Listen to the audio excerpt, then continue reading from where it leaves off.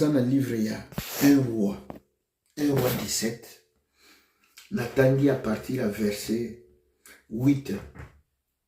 Élie chez la veuve de Sarepta. Terminango. Je parle de la foi. Alors la parole de l'Éternel lui fit adresser en ces mots. Lève-toi, va à Sarepta, qui appartient à Sidon, et demeure là. Voici, j'y ai ordonné à une veuve de te nourrir. Il se leva et il alla à Sarepta. Comme il arrivait à l'entrée de la ville, voici, il y avait là une femme veuve qui ramassait du bois. Il l'appela et dit, va me chercher, je t'ai pris un peu d'eau dans un vase, afin que je boive. Elle alla en chercher. Il l'appela de nouveau et dit, apporte-moi, je t'ai pris un morceau de pain dans ta main. Verset 12. Et elle répondit, l'Éternel ton Dieu est vivant. Aïbinden Kaza prophète n'habité. Je n'ai rien de cuit. Je n'ai qu'une poignée de farine dans un pot et un peu d'huile dans une crèche. Et voici, je ramasse des morceaux de bois, puis je rentrerai et je préparerai cela pour moi et pour mon fils. Nous mangerons. Après quoi, nous mourrons. Parole du Seigneur. Bien-aimé, Awa, je parle de la foi. La Bible dit, Hébreux chapitre 11, verset 1, que la foi est une ferme assurance des choses qu'on espère, une démonstration de celles qu'on ne voit pas. Dans verset 2, tout à l'heure, pourquoi? L'ayant possédé, l'Éternel leur a rendu un très bon témoignage. Donc, le fait à cause de la foi. Balobi te que maman a sala banda ko ebele, ana mbongo ebele, abala, asala non. Balobi, le fait à posséder la foi. Djambe, lola et approuva batouana, et renda bango témoignage. Yamato, yakitoko, yamalunga. Donc, il y a question que ngana zalaka pasteur, ngana kena en église. Non, la Bible dit, et l'ayant possédé, tant vous avez la foi, Nzambe a rendre bango témoignage. Nzambe a témoigné pour na bango. Pourquoi? Parce que baza na foi. Alors, na verset autour de un roi, Élie le Tishbite, prophète azalé quoi apparaître à cause de la 3 ans bongi. Mais après bomoni abimi, tanga ko beta donc eloko makasi abongi les sous. Alors là, autaki tanga ordonnaki ba boma ba prophète Abal. Akimi na zamba, tanga akimi na zamba ake kolala kuna. Nzambe abanda ko nourrir ye na tongo na poka zo tindele corbeau. Corbeau zo ko tikeli biloko kolia. Aleli pa na tongo na musuni na fromage na poka pe corbeau. Aeleli pa na musuni na fromage ale na simazo mela mai na torrent. Un certain moment torrent oya kerich e kauki. Moya mele susu maïs aten Nzamba lobi bon longwa awa kende na Sarepta. J'ai ordonné. Donc Nzamba episi lobi tala. Au moins mbokana, j'ai ordonné à une femme. Bien même makambo Nzambe ya bizarre ya compliqué. Il faut kako benga mana Nzambe pour comprendre pe po yeba. Nzamba longoli musai na ye alobi kende na mboka songolo. J'ai ordonné. Na pesi mibeko na mwasi moko akolesa yo. Bien me ba sololi wapi na mwasi wana Nzamba sololi na ernini na moma nini. Comment Nzamba lobi kaka veuve wana. Alors je tiens à vous rappeler ceci. Chaque fois nazo pesa communiquer awa particulièrement pour la soutenir musana Nzambe. Bien aimé, Nzamba za muto libomate, Nzamba zobate. Soki atindinga epa na bino. Mutu moko azawa azo raté occasion apambwama. Maman moko, papa moko, frère moko, tonton moko azawa. Donc, il y a une occasion, Nzamba tindeli, donc livraison à domicile. Nzamba tindeli au penza li pamboli, au soutenir œuvre Nzambe. Pour ensuite, Nzamba pambolo, mais bozu bokangi mitema. Bokangi mitema. Bien, mais jamais, jamais, au grand jamais.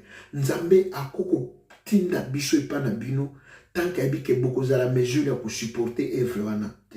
Dieu ne peut pas le faire. Nzambe, Dieu ne peut pas se tromper. Nzambe asala querer te. Biso bato toko kosana. Mais Nzambe asala querer te.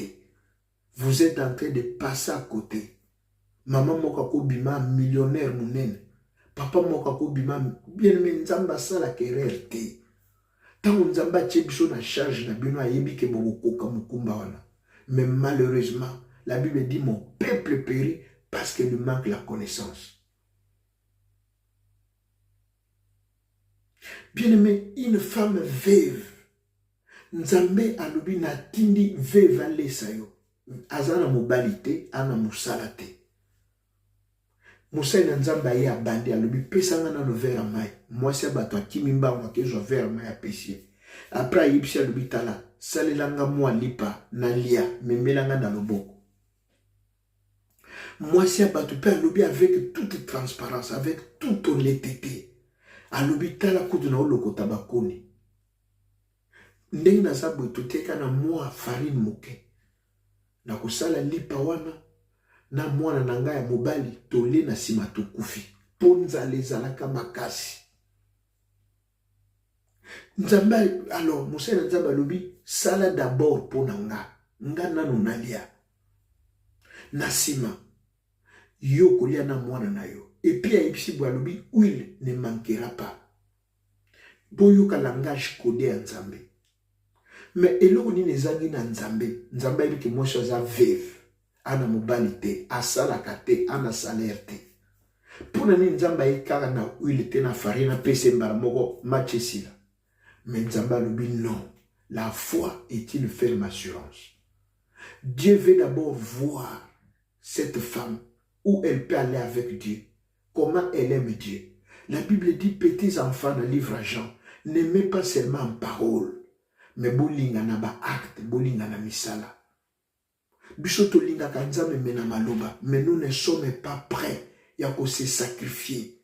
Olobi na ko kende vacances te, na ko liate, il faut na sala na musala na Nzambe, na honorer na Nzambe. Bien-aimé, Abraham a l'elimbula na bambula. Isaac, le fils de la promesse. Mais moi, na motango a Nzambe a sengi Abraham. A lui sacrifié. Bien-aimé, Dieu n'avait pas besoin de cet enfant. Dieu voulait voir la volonté. Jusqu'où Abraham, il m'aime.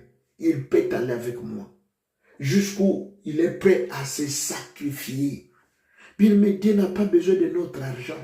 Dieu veut voir la volonté. La volonté. Si réellement tu linga kanzambe. Olobi ke bana nanga bakolia telelo. Nzambe, bana nanga balala nzala. Mais, moke oyo, nazo kotsango na evre na yo. Dieu aime ça. Ça c'est la foi. Ça c'est la foi. Bien aimé, il y avait des riches à Sarepta. Il y avait des ministres, il y avait des députés. Mais Dieu l'envoie. Et chez la veuve, mais avant toute chose, Dieu donne la condition que d'abord mon serviteur doit manger et le miracle viendra après. Imaginez si cette femme disait que ce que je tanga histoire tanga ngoti na sukomono.